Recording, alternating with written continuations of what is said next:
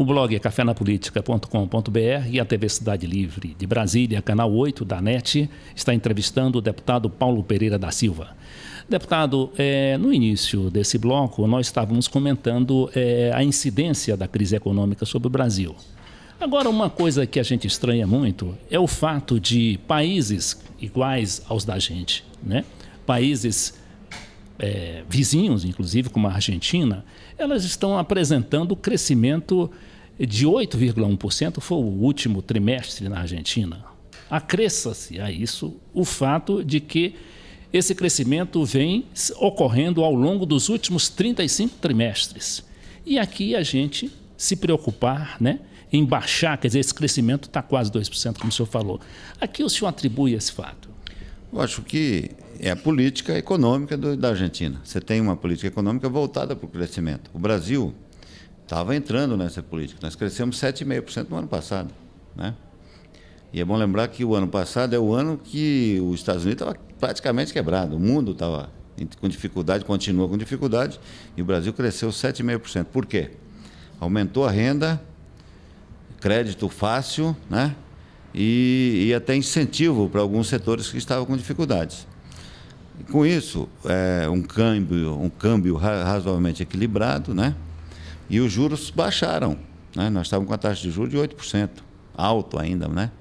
8,7 me parece, mas estava alto, mas já era talvez a menor taxa de juros dos últimos 30 anos do Brasil. Aí o que aconteceu?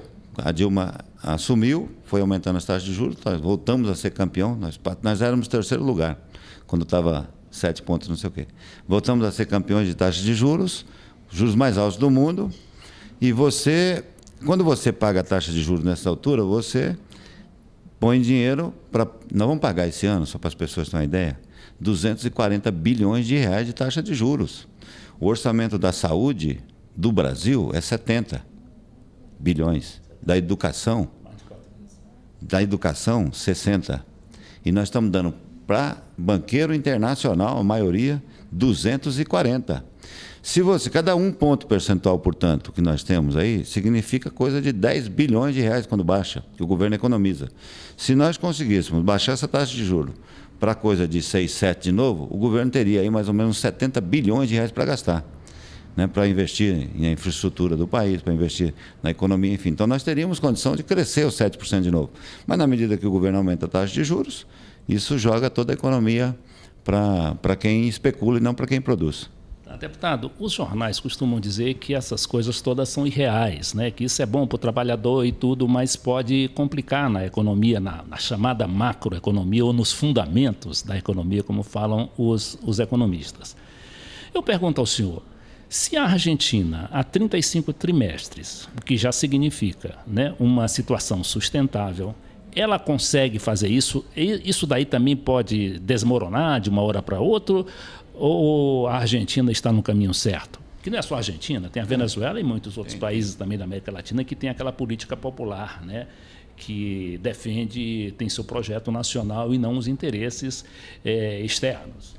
É lógico que é o que você está falando, você tem que fazer uma política e vigiar, né? Não dá para você simplesmente dizer, não, cada dia que passar vamos manter, vamos mexer. Eu tenho um ministro da Economia exatamente para isso. Eu acho que o Brasil estava no caminho certo, o governo Dilma está começando a criar problema. Eu acho que se nós não corrigirmos rapidamente a política econômica, nós começamos 2012 com desemprego, né? Ao invés de ter emprego, que o ministro Lupe anuncia toda semana, aliás, todo mês, né? Nós passamos a anunciar desemprego. Esse ritmo que você sai de 7,5%, está em 2 no final do ano, né? Quanto que vai ser em janeiro? Quanto vai ser em fevereiro? Vai ser 0. Vamos entrar em recessão. Então, portanto, essa que é a nossa preocupação. Por isso, esse enfrentamento do movimento sindical com essa política econômica do governo. Agora, o senhor também tem se mostrado muito preocupado com a questão da terceirização, que não é só no governo federal, mas também nas próprias empresas, né? E isso também diminui bastante o salário, desvaloriza, né, de alguma maneira o trabalhador, né, que vai ter que trabalhar muito mais para preencher as necessidades mínimas de sua vida, né? O terceirizado é uma precarização, né? Você tem um trabalhador que está numa função, se ele é terceirizado, ele vai ganhar menos, vai ter menos benefício, Muitas vezes a empresa tem um restaurante, ele não pode comer no restaurante. Muitas vezes a empresa tem um ônibus próprio, ele não pode andar no ônibus.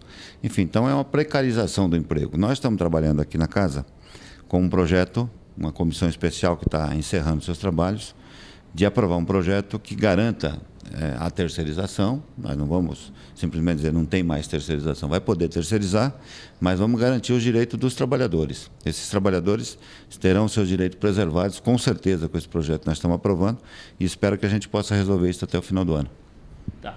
Deputado, essa terceirização consta da chamada pauta trabalhista que o presidente da Câmara, deputado Marcos Maia, do PT do Rio Grande do Sul, ele estabeleceu, né, para este ano, né, para ser definida este ano. Eu sei que tem provocado muita celeuma, muito debate, né, inclusive a reunião de hoje da Comissão do Trabalho foi um pouco tensa, justamente porque há muito conflito, né, nesse sentido. E eu gostaria de indagar o senhor quais são exatamente do que trata essa pauta trabalhista. A pauta trabalhista que a gente trabalha aqui no Congresso é uma pauta já histórica, que é redução da jornada de trabalho para 40 horas semanais sem redução de salários, o fim do fator previdenciário, a terceirização, que a gente quer regulamentar para garantir os direitos dos terceirizados. Tem uma série de outras questões. A Convenção 151, que é a convenção que garante, Convenção da OIT, a 151, que garante database, negociações para os trabalhadores do setor público. A Convenção 158, que é aquela que garante emprego dos trabalhadores do setor privado. A PEC do trabalho escravo. Enfim, tem uma pauta ampla, né, com 12, 13 itens, que nós estamos discutindo há muito tempo, mas que não caminha. Qual foi a ideia que discutimos com o presidente Marco Maia e ele assumiu? É de montar uma comissão de parlamentares ligados aos trabalhadores e parlamentares ligados ao setor patronal. Foi pedido, então, para que as centrais indicassem 6 parlamentares do lado dos trabalhadores e os empresários, as confederações patronais, indicassem 6 do lado deles. E essa comissão foi instalada no dia de hoje e nós estamos, então, começando, todas as terças-feiras teremos uma reunião a partir de agora, para colocar um por um desses assuntos e tentar fazer um acordo.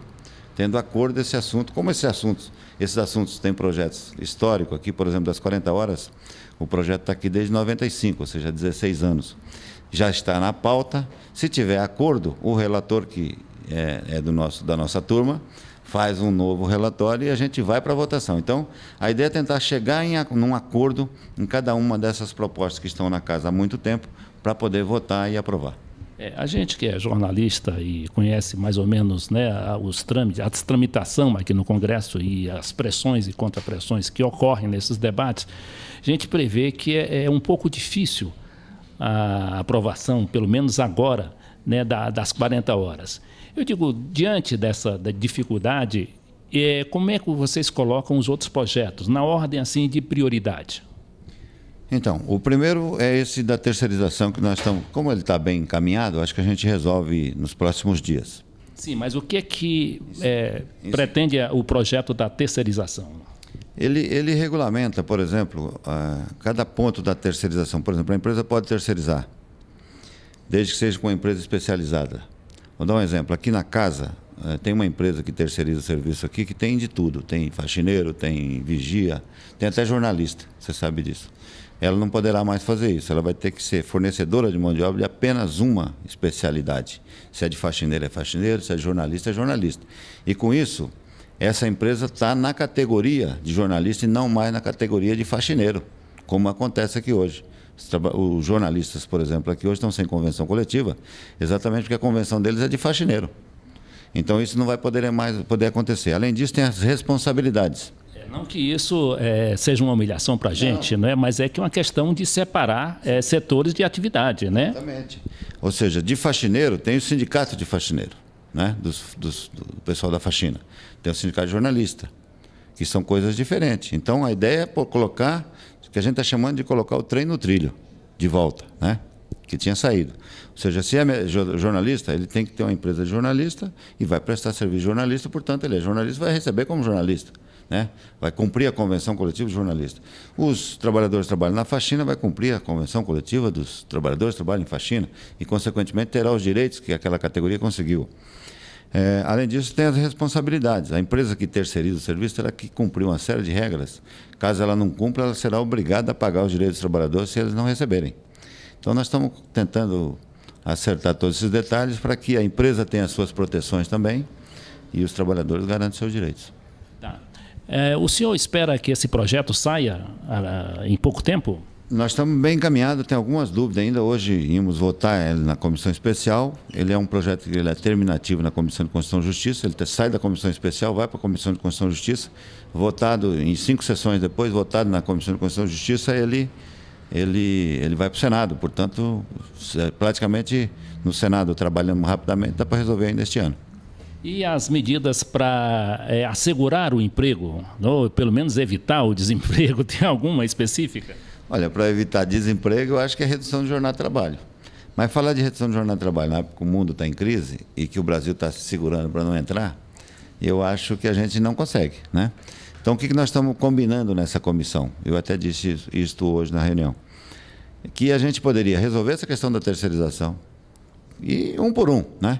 Em seguida, poderíamos pegar a questão do fator previdenciário, que é uma coisa que prejudica a vida de milhões de pessoas que se aposentam, e tentar resolver. Como tem um projeto aqui que já está bem encaminhado, a gente pode trabalhar esse projeto para ser votado. E Qual é esse projeto? É um projeto do deputado Pepe Vargas, que trata de uma nova fórmula de aposentadoria, e a gente acha que ele pode ser o início de uma discussão dessa comissão para poder resolver. O projeto das 40 horas, com isso, a gente imagina que lá para o começo do ano a situação do mundo já se melhorou, o Brasil vai ver que a crise que estava por lá não vai chegar aqui, e a gente possa tocar as 40 horas. Mas eu estou vendo aí que o senhor está muito otimista, né? Porque hoje a Grécia está novamente em greve, eu acho pela 5ª ou 6ª greve geral, contra o pacotaço lá deles, né? Que é terrível. E parece, tudo indica que a crise está querendo chegar aqui, né? Mas não chega na Argentina. Eu acho que é isso. Se a gente consegue enfrentar essa política errada do Ministério da Fazenda, a gente consegue pôr o Brasil de volta nos trilhos, né? O Brasil estava crescendo 7%, começou o ano crescendo e foi caindo, né? E nós estamos percebendo que a economia está parando. E se não mudar, vai ter desemprego. Então, nós estamos fazendo greve e insistindo numa outra política, e eu acho que a gente vai ganhar essa política. Eu tenho certeza que o Banco Central vai reduzir juros, né? Vai fazer uma política de redução e não mais uma política de aumento, né, de juros. E se a gente tiver, para o próximo ano, uma expectativa de que os juros vai baixar, você sabe que esse povo que tem dinheiro trabalha com expectativa, né? E se eles têm uma ideia de que vai perder dinheiro ou vai ganhar menos, eles vão pôr o dinheiro em outro lugar, né? Que não vai ser em lugar que eles perdem dinheiro, eles nunca perdem dinheiro. Então, eu acho que se nós fizermos uma pressão que a gente vem fazendo para que o Banco Central baixe a taxa de juros, esse povo que especula vai ter que pôr o teu dinheiro na produção. Pondo dinheiro na produção, nós voltamos a crescer, ter crédito fácil, né? Não pode arrochar. As pessoas estavam comprando carro com 80 e tantos meses, 90 meses, já não tem mais. Mas é um abuso também, não é? Com 80 meses, a pessoa vai ficar velha quando terminar esse... Mas é um jeito pobre ter carro, né? Porque você sabe que eu acho que as pessoas compram algum produto de acordo com a capacidade de pagamento dele, né? Se você tinha uma mensalidade de um carro de R$350, se ele pega 2 ônibus por dia, por exemplo, em São Paulo, é melhor comprar um carro, que vai ficar mais barato ele pagar a prestação do carro do que ir de ônibus todo dia, né? Uma moto, ele estava pagando uma mensalidade de R$190. Aí se ele pega um ônibus só, a ida e volta, ele já está gastando mais que isso, né? Então ele preferia... Tão caro assim a passagem do ônibus em São Paulo? É R$3 a passagem por dia, né? Se você pega... Brasília também, acho que é um pouquinho mais caro. Então é um absurdo, né? Então se você tem capacidade de pagar R$300, você acaba comprando uma moto, comprando um carro. Eu estou falando de carro, né? Que a gente... trânsito maluco. Tem geladeira, isso vale para geladeira, para televisão, para tudo, né? Para máquina de lavar, enfim. Deputado, então, muito obrigado pela entrevista, né? Foi bastante esclarecedora. Estamos sempre à sua disposição aqui na TV Cidade Livre de Brasília e também no blog cafenapolitica.com.br.